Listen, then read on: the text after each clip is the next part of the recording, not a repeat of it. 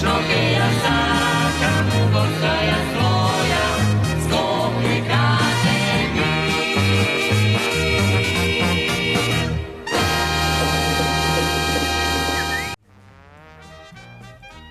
На 18 април ова сабота во паркот Авионче во Скопје ќе се одржи Сакура фестивал, културно-едукативен настан кој има за цел да ја доближи јапонската традиција, уметност и филозофија до домашната македонска публика.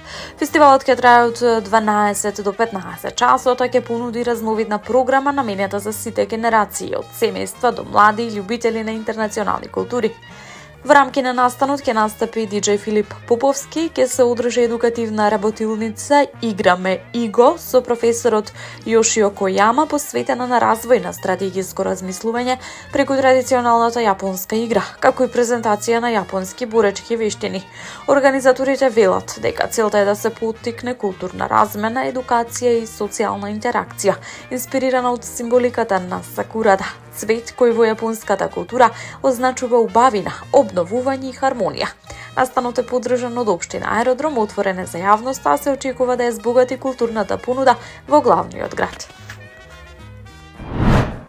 Во пресрет на светското првенство во ракомет за ученици во просториите на Ракометната федерација на Македонија се одржа официјална пресконференција на која беа најавени деталите за овој голем спортски настан што ќе се одржи од 20 до 29 април во Скопје. Првенството е во организација на Федерација на училишен спорт на Македонија под покровителство на Министерството за спорт. На настанот ќе учествуваат 23 земји, а Македонија ќе има свои репрезентации во машка и женска конкуренција до 18 години. Председателот на Ракометната федерација на Македонија Александар Стефанов истакна дека станува збор за значаен момент за македонскиот спорт и за младите ракометари, кои ќе имаат можност да се надпреваруваат на светско ниво. Според председателката на Федерацијата за училишен спорт Елена Мицковска, ова првенство не е само спортски настан, туку и платформа за поврзување на младите од целиот свет, промоција на вредностите на спортот, заекнување на меѓународната соработка. Министерот за спорт Борко Ристовски порача дека организацијата на ваков настан е доказ за вложувањата во спортот и младите, како и можност за промоција на државата како домаќин на големи меѓународни манифестации. На пресконференцијата присуствуваше и легендарната ракометарка Индира Кастратович, која ќе ја предводи македонската делегација. Свеченото отворање ќе се одржи на плоштад Македонија на 21 април со дефиле на сите репрезентации и богата културно-уметничка програма, но дека финалните надпревари се закажани за 28 месецов. Организаторите најавуваат врвна спортска атмосфера и значаен придонес за промоција на Македонија, спортот и младите на меѓународната сцена. Општина Центар најави дека активно работи на уредување и трансформација на просторот за објектот Краш во населбата Градски ѕид, кој во наредниот период ќе прерасне во модерен урбан парк со повеќе содржини за граѓаните. Според информациите објавени на социјалните медиуми, во тек е реконструкција на пешачките патеки со што ќе се овозможи побезбедно и покомфортно движење низ просторот. Паралелно општината работи на решавање на проблемот со протекување на подземните гаражи, кој со години представуваше предизвик за жителите во овој дел од градот. Проектот предвидува целосно обнова на детското игралиште кое ќе биде заменето со ново, современо и безбедно катче за најмладите.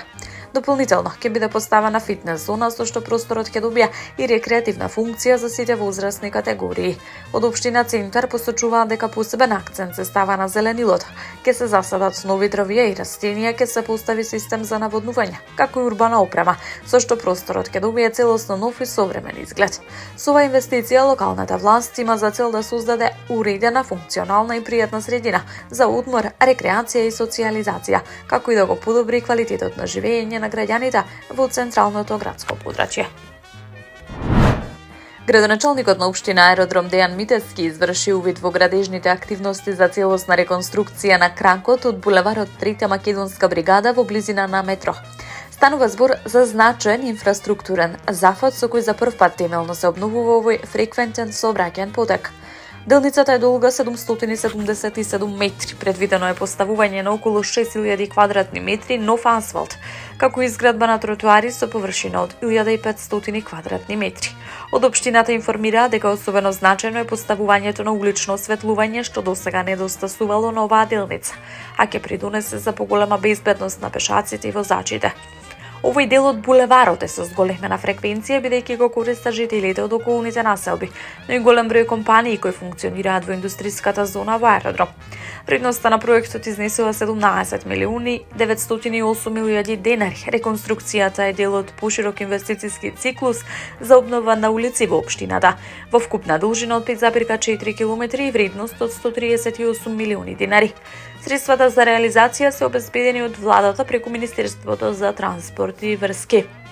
Од општина Аеродром најавуваат дека ќе продолжат со инвестиции во модерна, безбедна и функционална инфраструктура. Градоначалничката на општина Киселавода Бети Стаменковска Трајковска заедно со заменик министерот за социјална политика, демографија и млади Ѓуко Велковски извршија увид во завршните градежни работи на доградбата на објектот при градинката 8 март. Како што информираше градоначалничката, новиот објект се простира на 800 квадратни метри, а изграден според современи стандарди.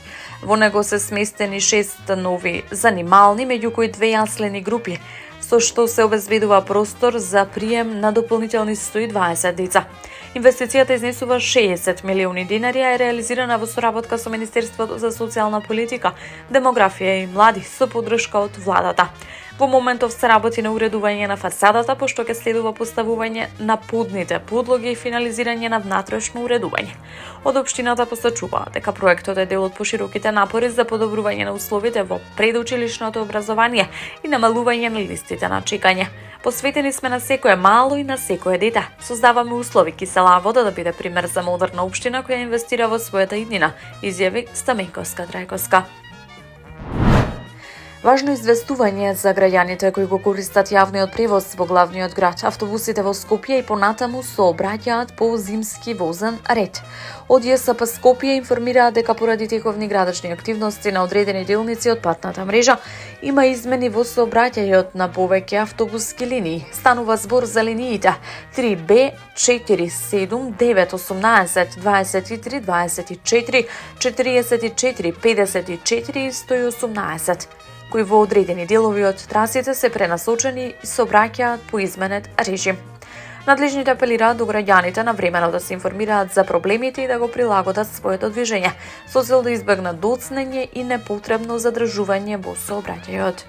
Таму е Скопје, град мој љубав лише, што ми расуте сни. Вечно